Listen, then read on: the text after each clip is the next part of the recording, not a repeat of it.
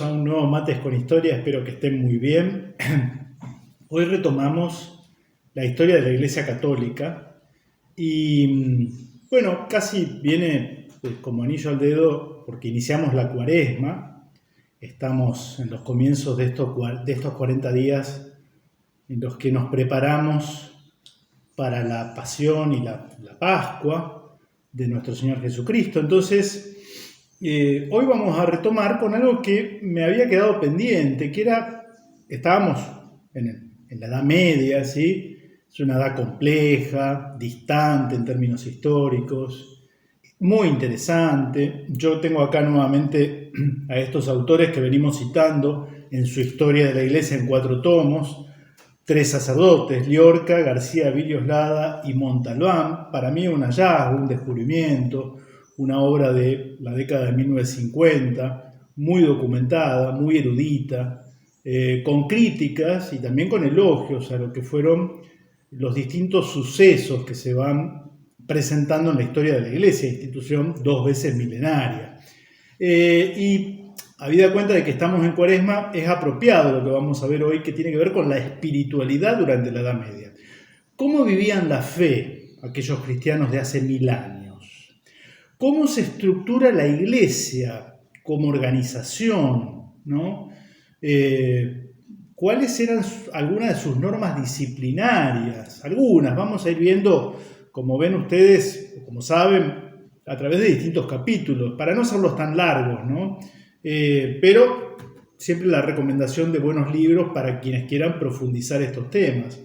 Y esto tiene que ver con la Cuaresma porque es un tiempo también en el que la Iglesia estos 40 días nos invita a los católicos a aprovechar espiritualmente a través del ayuno, de la oración, de la limosna, de la caridad, tratando de imitar lo que se leía hoy en el Evangelio, de hoy, domingo 9 de marzo, esos 40 días que pasó Cristo en el desierto, ¿no? En los que incluso fue tentado por el mismo demonio. Entonces, bueno, no sé si ustedes tienen por costumbre, quizás los más jóvenes ni siquiera sepan que es bueno ofrecer algo en estos 40 días. Alguna privación, alguna mortificación. Hoy incluso, por ejemplo, hay gente que ofrece 40 días estar alejado de las redes sociales, que pueden llegar a ser muy tóxicas, ¿no? No es una mortificación sin sentido, es algo que nos invita a imitar el ejemplo de Cristo, pero también a demostrarnos a nosotros mismos cuál es nuestra escala de prioridades y que tenemos señorío sobre algunas cuestiones que, si uno los ve con ojos de fe, son enteramente secundarias, ¿no? En fin, este introito es como para entender un poquitito el tema de hoy. Y esto tiene a cuento porque, claro, 1000 años atrás, los cristianos vivían de modo muy intenso la fe. Y esto va generando una serie de costumbres y de hábitos que me resulta muy interesante y que quiero planteárselos en este video.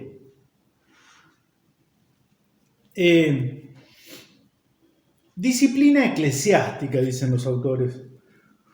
El primado del pontífice romano, el Papa, gozaba en esta época de un reconocimiento pleno y universal.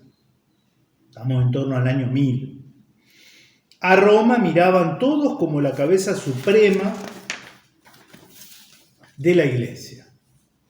Centro de unidad, roca de la fe verdadera y sede apostólica, desde donde ejercía su oficio pastoral el vicario de Cristo.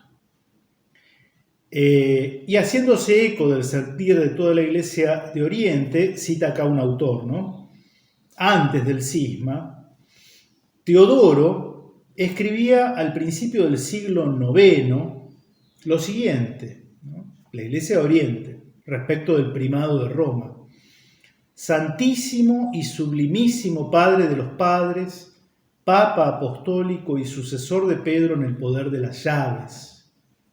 Su autoridad sobre todos los demás obispos y metropolitanos era incontestable incontestable, perdón, y se robusteció más en la práctica al ponerse en vigencia las decretales de esa época.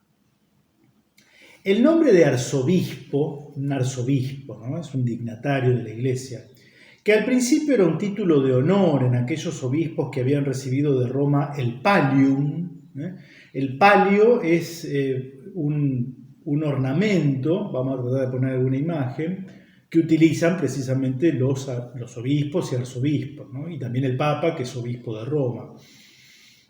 Fue poco a poco sustituyendo al metropolitano. El nombre de obispo sufragáneo no aparece hasta fines del siglo VIII. Cada obispo regía una diócesis, que también se decía episcopatus, parroquia, y a veces civitas. El territorio diocesano correspondía al de la antigua civitas o civitas del imperio. La Iglesia toma mucho de las estructuras administrativas romanas, ¿no? La Iglesia de Occidente al menos. Y tantos eran los obispos cuantas eran las civitates. Si por excepción algún castrum era residencia ordinaria del obispo, no tardaba en recibir el nombre de civitas. Estaba siempre la capital de la diócesis ceñida a fuertes muros, fuera de los cuales se extendía el suburbium. Ven cómo mucha de la nomenclatura que hoy utilizamos, los suburbios, para referirnos a los barrios alejados del centro de una ciudad, viene de aquella época y por implementación de las estructuras eclesiásticas, ¿no? A veces más extenso y poblado que la misma civitas. Que aquellos obispos eran grandes constructores lo prueba el número de catedrales y de claustros canonicales que levantaron en las centurias 10ª y 11ª. El clero y el pueblo de la ciudad o sus representantes más distinguidos escogían la persona que juzgaban más digna de subir al episcopado. El obispo de alguna manera era elegido por el clero de su diócesis, era una práctica habitual, ¿no? El rey aprobaba al candidato o también le confería la investidura, entregándole el báculo y el anillo. El báculo es ese cayado, ese bastón que utilizan al día de hoy los obispos y arzobispos, incluido el Papa siempre. Entonces el metropolitano, asistido de sus obispos sufragáneos, lo confirmaba y consagraba. Esto era lo canónico, pero frecuentemente los reyes y condes se adelantaban y nombraban al que mejor les parecía, teniendo a veces que intervenir el sumo pontífice para hacer respetar los cánones. Esto lo hemos visto cuando hablamos en ese Mates con Historia, la Iglesia y el feudalismo, o en otro más reciente, al hablar de la querella de las investiduras, ¿no? Esta disputa a veces entre el poder espiritual, representado en su cabeza por el Papa, la Iglesia, y el poder temporal o civil, si prefiere, ¿no? Parroquias y cabildos. Parroquia es un nombre que nos suena, ¿no? La división territorial administrativa en una diócesis, ¿no?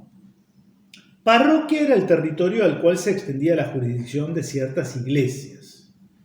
El que las regía con cura de almas se decía rector o presbítero, ¿no? De ahí presbítero, ¿no? Las catedrales eran las primeras parroquias donde se administraban los sacramentos y se celebraban los oficios divinos, ¿no? Algo para los párrocos, algunos seguirán Mates con Historia, supongo. Tenían los párrocos, el cura al frente de una parroquia, obligación de acudir al sínodo diocesano, y con esta ocasión era costumbre que llevasen al obispo algún regalo que se llamaba sinodalia, como también al ir a pedirle el Santo Crisma todos los años, eulogie. El Santo Crisma es el óleo, digamos, ¿no? Que se coloca, que se administra en los bautismos o en el sacramento de la confirmación. En la iglesia parroquial no solo se administraba el bautismo, se daba la bendición nupcial, etcétera, sino que también se tenían reuniones populares de carácter civil. Comprendía la parroquia, además del templo con la pila bautismal, el cementerio, frecuentemente en el atrio o in ambitu ecclesiae, y otras posesiones, bienes y rentas. Solía el párroco recibir ofrendas de los fieles al principio de la misa dominical y en otras solemnidades. Desde el siglo VIII, no solo en especie, animales domésticos, en fin, productos agrícolas, sino en dinero, desde el siglo VIII en adelante. Percibía además los derechos de estola, las primicias de las cosechas y principalmente el diezmo de los productos agrícolas, o sea, la décima parte, el diezmo, ¿no? El 10% de los productos agrícolas y de los animales como bueyes, ovejas y cabras. Desde el siglo X se exigía igualmente a los milites, mercaderes e industriales el diezmo de sus ganancias. Esto en una sociedad medieval marcada por la fe, que priorizaba mucho los valores espirituales por sobre los materiales, ¿no? Por eso nos cuesta tanto entenderla, ¿no? Porque la nuestra es lo contrario, en algún sentido. Bueno, se vivía de modo muy regular, muy respetuoso, ¿no? Dividíase en 4 partes este diezmo. La primera debía entregarse al obispo. Las otras 3 quedaban a disposición del párroco, el cual daba una a los pobres, otra se empleaba en la fábrica de la iglesia y otra se reservaba para las necesidades propias del párroco. Es un poco cómo se va estructurando la vida institucional y comunitaria de la propia iglesia en esta época, algunas de las cuales, algunas de estas cosas llegan hasta nuestros días, ¿no? Quien está vinculado a alguna parroquia, a alguna comunidad religiosa, lo sabe perfectamente bien.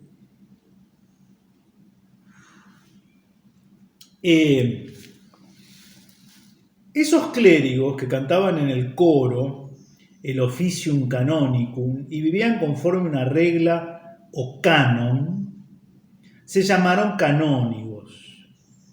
Capitulum, capítulo o cabildo, decíase en un principio la reunión de los canónigos, en el coro, porque empezaban leyendo un capítulo de la regla y de la Sagrada Escritura, después pasó a significar la comunidad canonical. Los canónigos debían vivir del estipendio,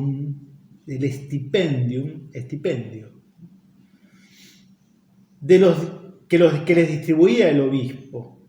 Pero vemos que muy pronto se les asignó una porción fija de los bienes de la iglesia. Originariamente se llamó prebenda en latín, la ración de víveres que el obispo les repartía diariamente.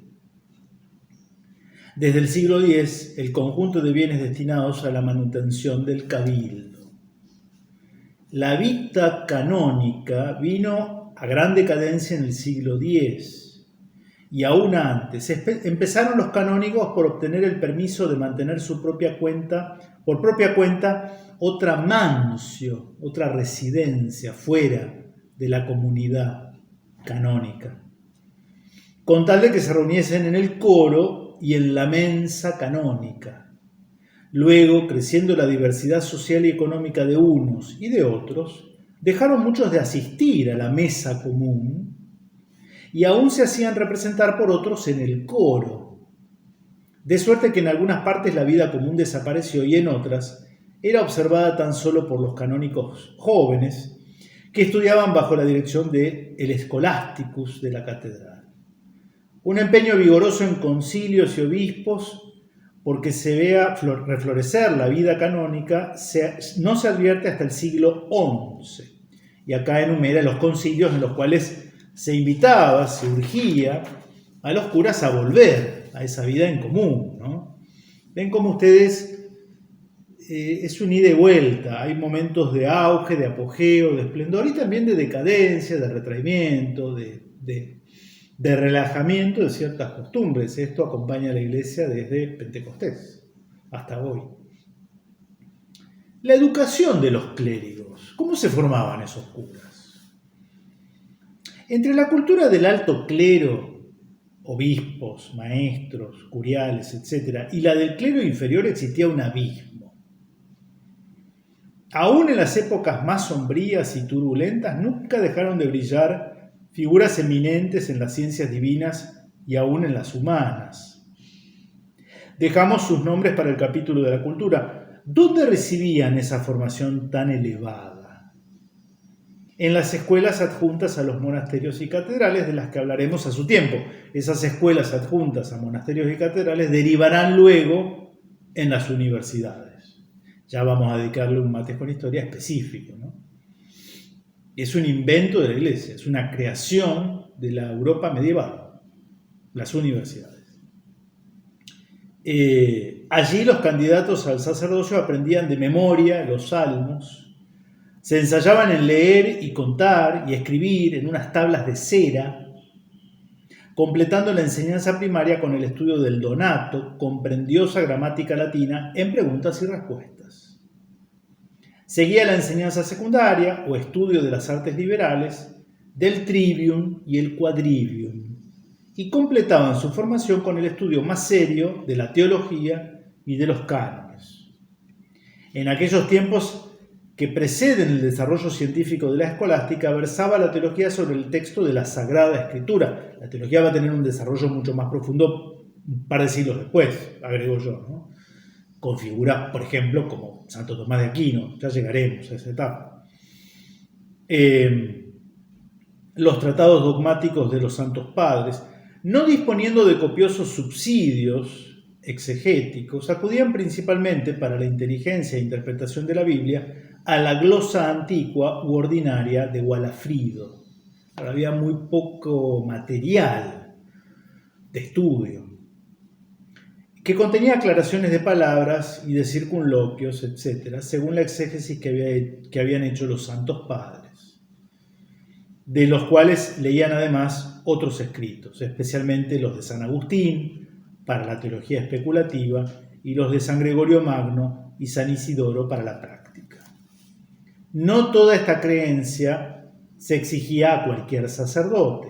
Bastábale al clero inferior una instrucción mucho más elemental.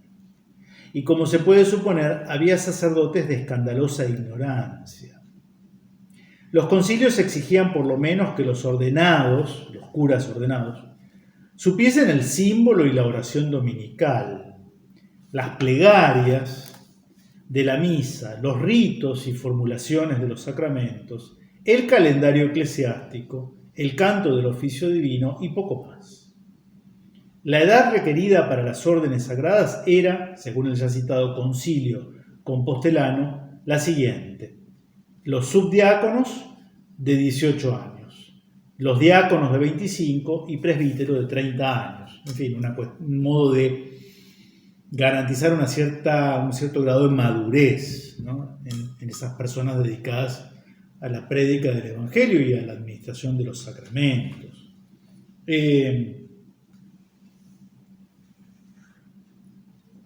Algo que tiene que ver con la vestimenta sacerdotal, ¿no? Costumbres de los clérigos es el título. Por ejemplo, vemos que en el Concilio de Compostela del año 1056 habla incidentalmente de la ropa, de la vestimenta que debían usar. Ese concilio propone a todos los sacerdotes un ideal de verdadera santidad, les aconseja ofrecer diariamente el santo sacrificio de la misa y, si por enfermedad están impedidos, al menos oírla. A los canónigos y obispos les manda que lleven vestidura talar, ¿no?, como una especie de sotana, y que tengan en casa sus cilicios para usarlos como penitencia todos los días de Cuaresma, el sacrificio, ¿no?, la mortificación, y de rogativas. El Concilio de Collanza prescribe que el hábito clerical sea digno y de un solo color. Diáconos y presbíteros llevan la corona abierta, la tonsura, diríamos, ¿no?, y la barba raída, afeitados. Y no admitan y que no admitan en su casa otra mujer que su madre, su hermana, su tía o su madrastra, ¿no? Una cuestión de preservar la figura del sacerdote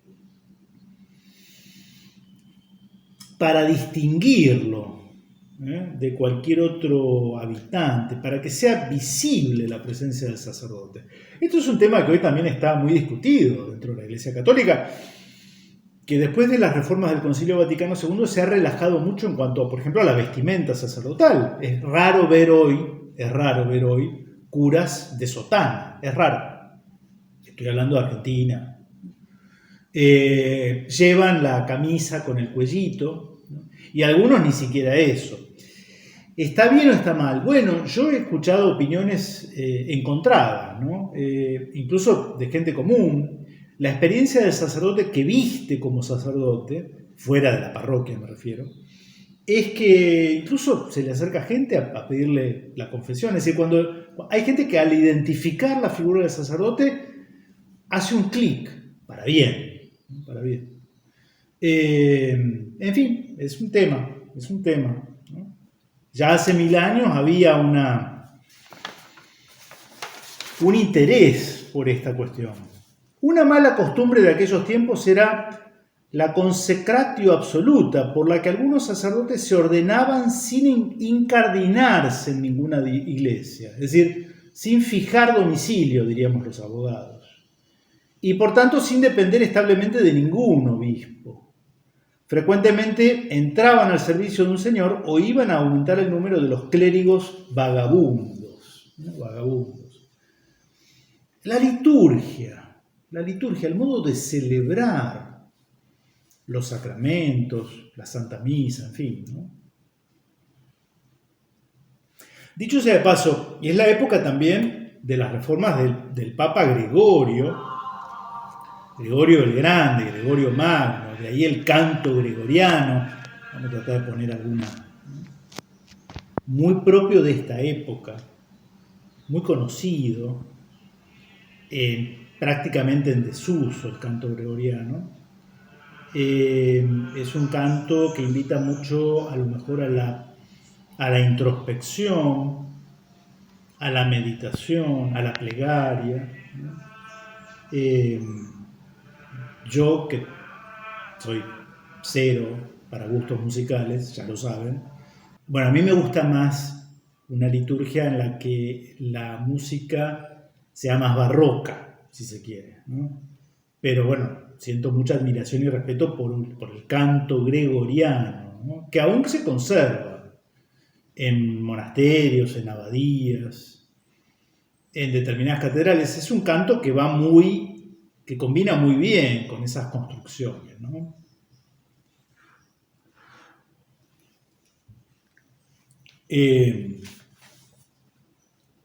Como en el Oriente Ortodoxo prevaleció la liturgia de Constantinopla, así en todo el Occidente se advierte una tendencia a la unidad representada por la liturgia de Roma. Desaparece la liturgia galicana en tiempo de Carlomagno, una liturgia propia de la Galia, no sin dejar notables influencias en la romana. Se levantan acusaciones en el siglo X contra el mozárabe o visigótico. Alejandro II se empeña en abolirla y, aunque no lo consigue, prepara el ataque definitivo que lo dará su sucesor. Con la reina Margarita, fallecida en 1093, se introduce en Escocia la liturgia romana. Y lo mismo sucede en Irlanda poco después con Malaquías, arzobispo de Armagh. Tan solo el rito ambrosiano de Milán resiste eficazmente a la presión que se le hace desde Roma. O sea, ritos particulares de iglesias muy históricas, ¿no? Creo que, por ejemplo, se permite el rito mozárabe en el sur de España, en Córdoba, por ejemplo, donde está la famosa Catedral Mezquita de Córdoba, ¿no? El rito mozárabe.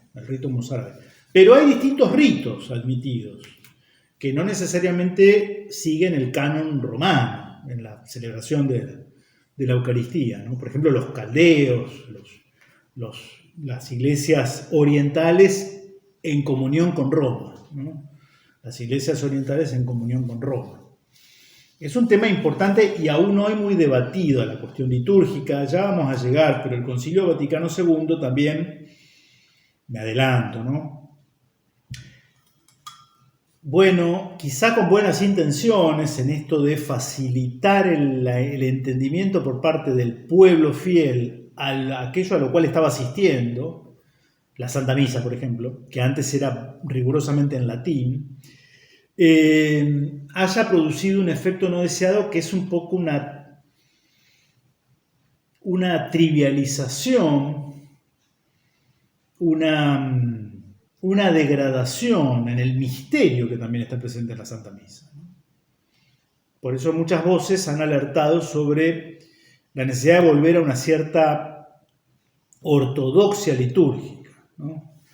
Esto cada uno sabrá en el lugar en donde vive qué grado de compenetración, de fe sincera tienen las celebraciones litúrgicas católicas hoy en día, ¿no? Ya era un tema importante y apasionante hace 1000 años, como verán.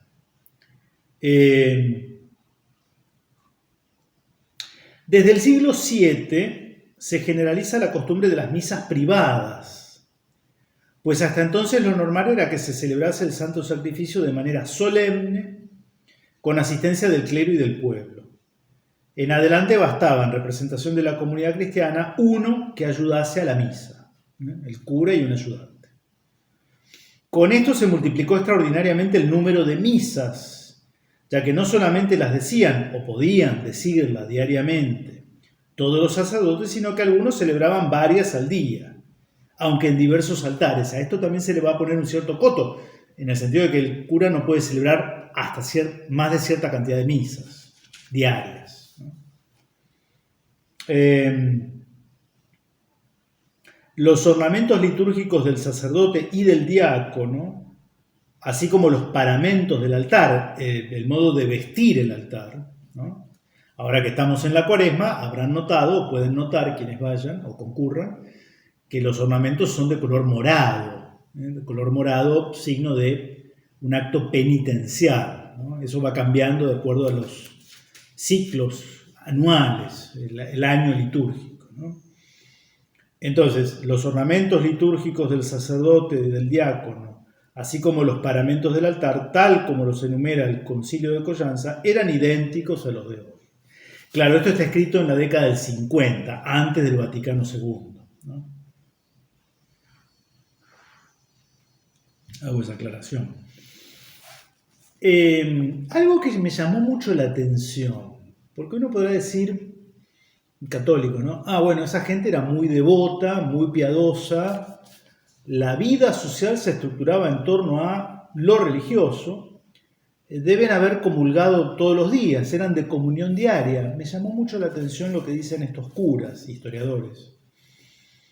Consecuencia de la multiplicación de las misas fue la multiplicación de altares que vemos levantarse en las iglesias románicas y después en las góticas, a diferencia de las basílicas antiguas que solo tenían el altar mayor. Multiplicadas las misas, no se multiplicaron las comuniones. La comunión, ¿no? Antes, al contrario, ya el pueblo no comulgaba más de 3 veces al año. 3 veces al año. Estando en gracia, estaban en condiciones de recibir a Jesús sacramentado. Pero hace 1000 años, según estos autores, se comulgaba muy pocas veces. Navidad, Pascua y Pentecostés. Y aún muchos se contentaban con la comunión pascual, una vez al año, para Pascua. Eso sigue siendo hoy lo que manda la Iglesia, comulgar al menos una vez al año. Comulgar al menos una vez al año, para Pascua. Por más que se recomendaba la costumbre antigua de comulgar todos los domingos. Todos los domingos. De la antigüedad se conservaba la costumbre de dar la comunión aún a los niños que no han llegado al uso de la razón. Comulgaban los fieles bajo las 2 especies. La de vino se tomaba por medio de una cucharita. Hoy la hostia se embebe, se empapa en el vino consagrado, ¿no? Y así se administra. Antes con una cucharita. Esto creo que lo conservan los ortodoxos, si mal no recuerdo.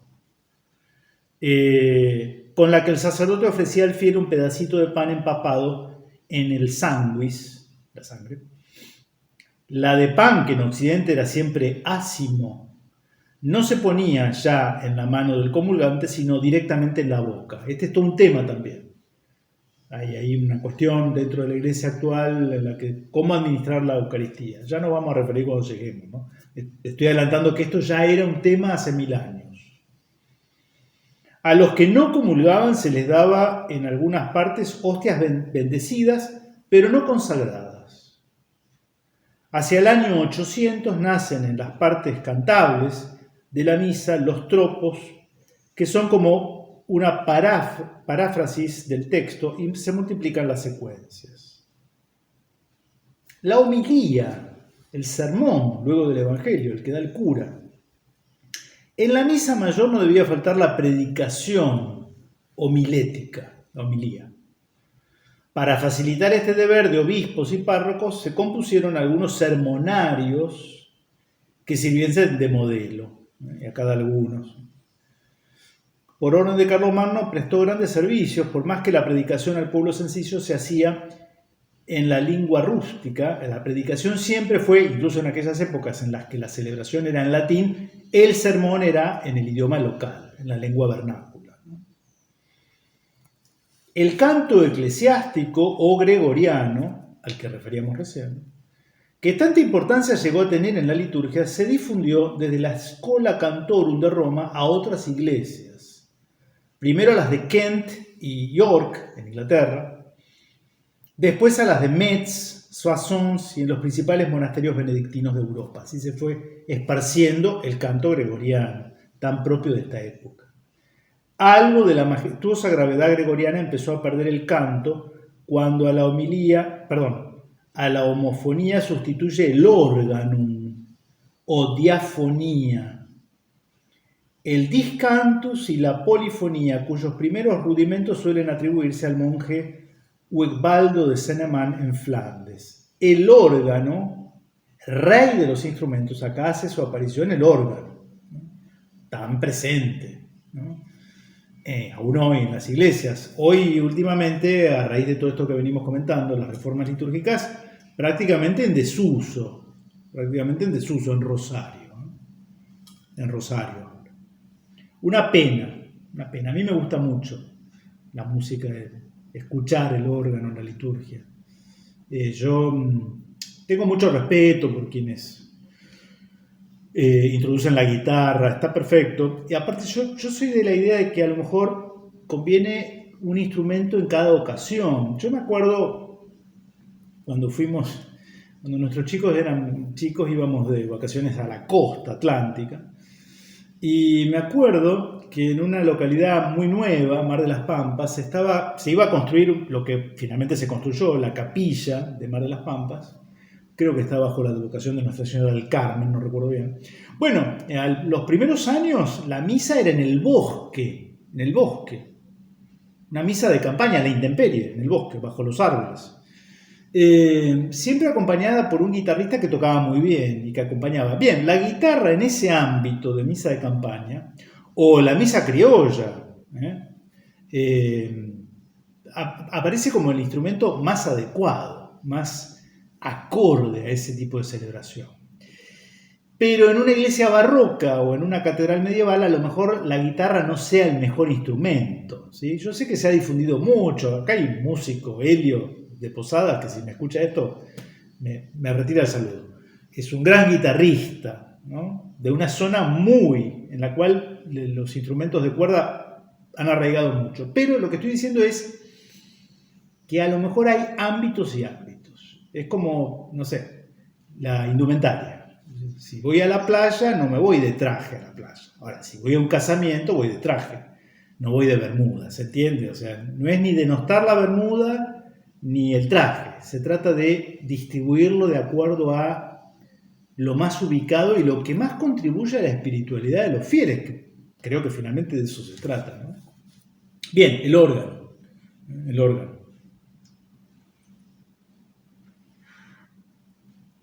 Las campanas. Los que van a Europa no dejan de admirar, la gente va a Europa hoy, por más que no sea creyente, a disfrutar de lo que es esa conjunción de la ciudadela medieval, a veces aún amurallada, con las construcciones de hace 1000 años, las catedrales, los vitrales, el órgano y las campanas, que aún repican. Bien, es de esta época. Las campanas, nombre cuya etimología procede, si hemos de creer a un autor, de la Campania, la zona de Italia, ¿no? Por haberse inventado en esta región, fueron introducidas en Francia por monjes escoceses e irlandeses en el siglo VII. Pronto las vemos en todas las iglesias. Bendecir la campana implica también todo un acto litúrgico, ¿no? Porque es como el llamador, era como el megáfono en esas sociedades en las cuales no había otra tecnología. Por eso había campanas con un ritmo que anunciaban que había muerto alguien, que anunciaban un peligro inminente, que anunciaban una gran fiesta o solemnidad religiosa, ¿no? Vamos a tratar de poner allí algunos campanarios de iglesias famosas. No sin antes ser bendecidas. El obispo bendice la campana que va a colocarse allí, ¿no? Para convocar a los fieles a los oficios divinos, tocar a difuntos, anunciar incendios, conjurar tempestades, etc. Es curioso cómo en una Europa hoy bastante alejada de la fe, es llamativo cómo la población musulmana, cada vez más creciente en algunos países, tiene muy en clara estas cuestiones, en otro ámbito religioso, ¿no? La llamada a la oración es algo que permanece desde el minarete, y los fieles donde están se ponen de rodillas. No sé por qué los católicos nos avergonzamos de nuestra propia tradición, de nuestras campanas, campanarios, de nuestra música litúrgica que han edificado la iglesia a lo largo de siglos. Pareciera que sí. Es triste eso, ¿no? Sería triste que fuera por vergüenza o por no valorarlo. Por no valorarlo. Y terminamos, o vamos redondeando, ¿sí? Porque si no me van a hacer la indicación y quiero cumplir, porque si no nos desbocamos mucho con los tiempos. La penitencia. Esto que para algunos puede sonar, penitencia. Bueno, sí, porque la religión hay que tomársela en serio, ¿no?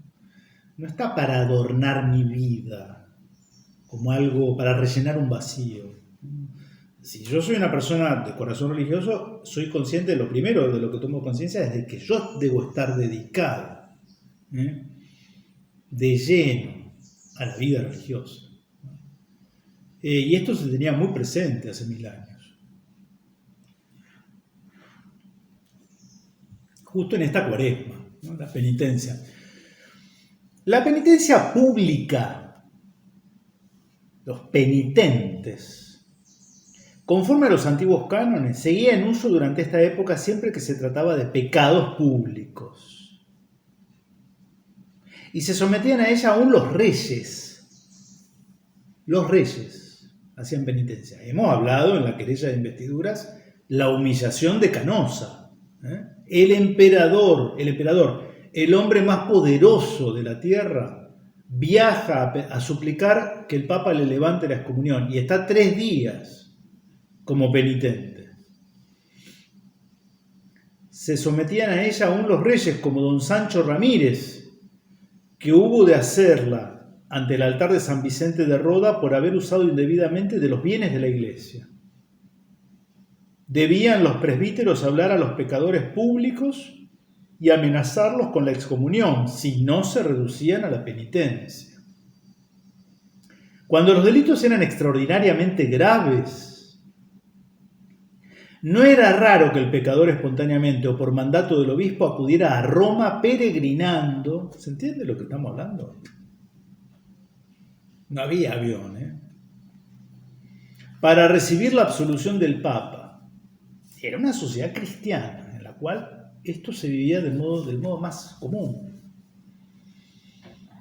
Las penitencias que solían imponerse según la mayor o menor gravedad del pecado constaban en los libros llamados penitenciales,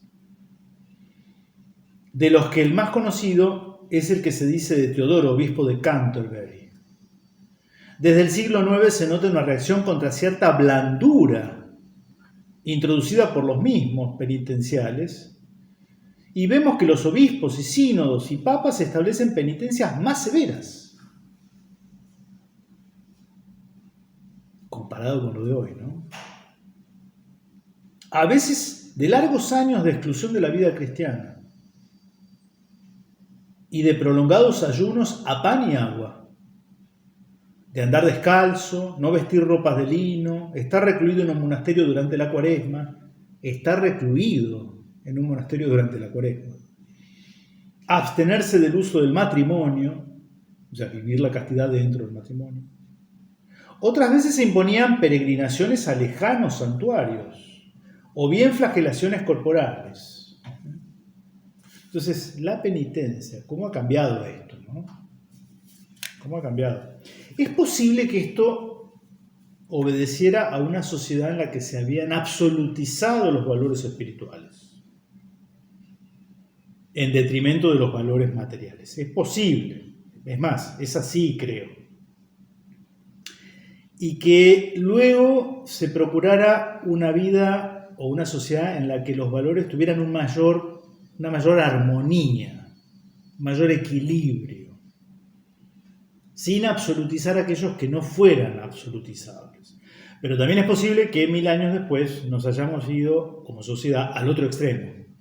Entonces todo se ordena y se absolutiza en base a los valores materiales, económicos, que creo que es un poco lo que marca nuestra sociedad posmoderna. Y ayunos y fiestas, y vamos terminando, culto de los santos y de las reliquias. Todos los días de Cuaresma eran de ayuno, excepto el domingo, en el cual se guardaba solo abstinencia. Desde el siglo VII, con objeto de la Cuaresma, tuviese realmente 40 días de ayuno, se adelantó su comienzo al miércoles de ceniza. Hoy la Cuaresma comienza el miércoles de ceniza, el miércoles posterior al lunes y martes de carnaval. Siendo la Cuaresma tiempo de penitencia, estaban prohibidas las diversiones públicas, la caza, los procesos judiciales, las nupcias y aún el uso del matrimonio, si bien esto no por ley general. Días de ayuno eran también los de las cuatro témporas, las rogativas y el Adviento. El ayuno era riguroso.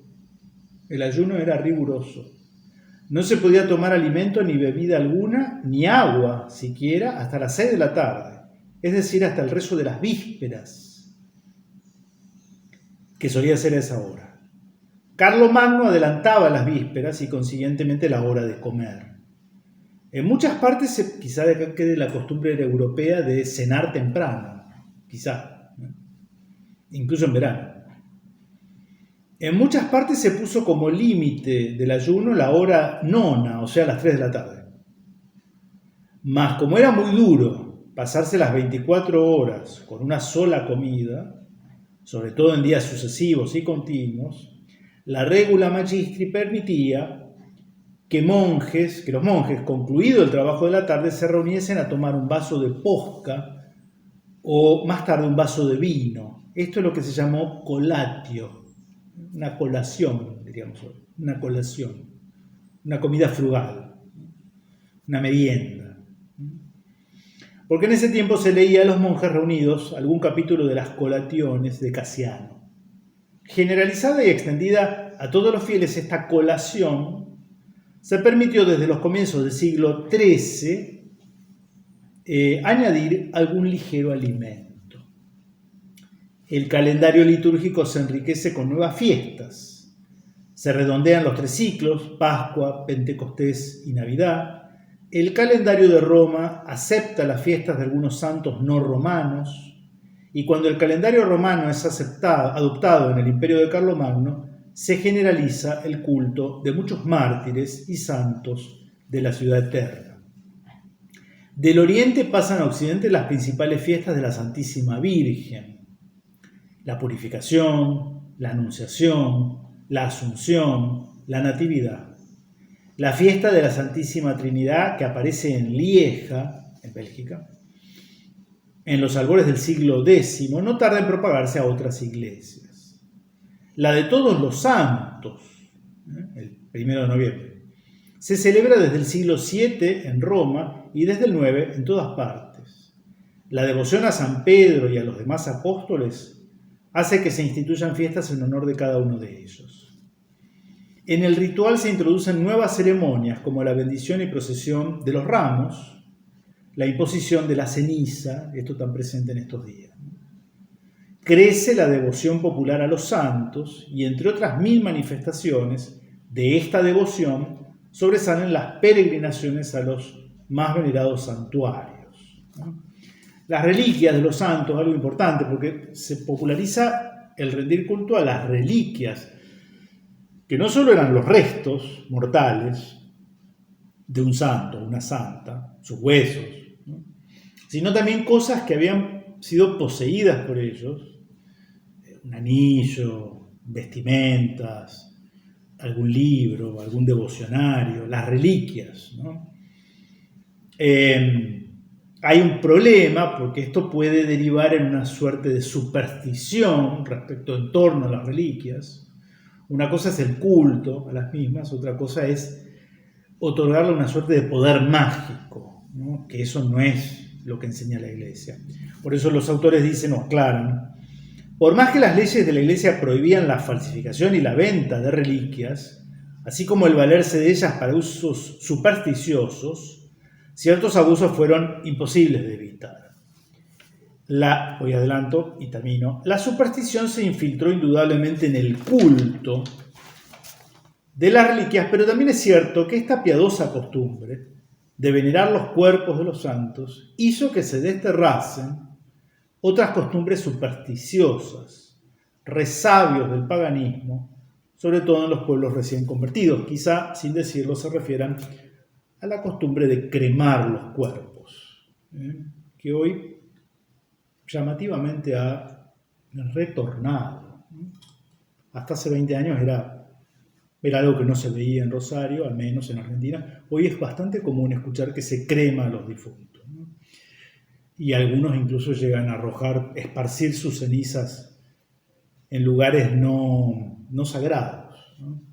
Bueno, el cristianismo supo erradicar esa costumbre por esto de lo que recitamos en el credo, la resurrección de la carne, ¿no? Entonces, el culto a los muertos y a los santos vino también a erradicar ese tipo de costumbres que eran también supersticiosas del otro lado, ¿no?, del lado del paganismo. En fin, podríamos seguir acá ahora, la verdad que es muy interesante, pero no es el sentido de Mates con Historia.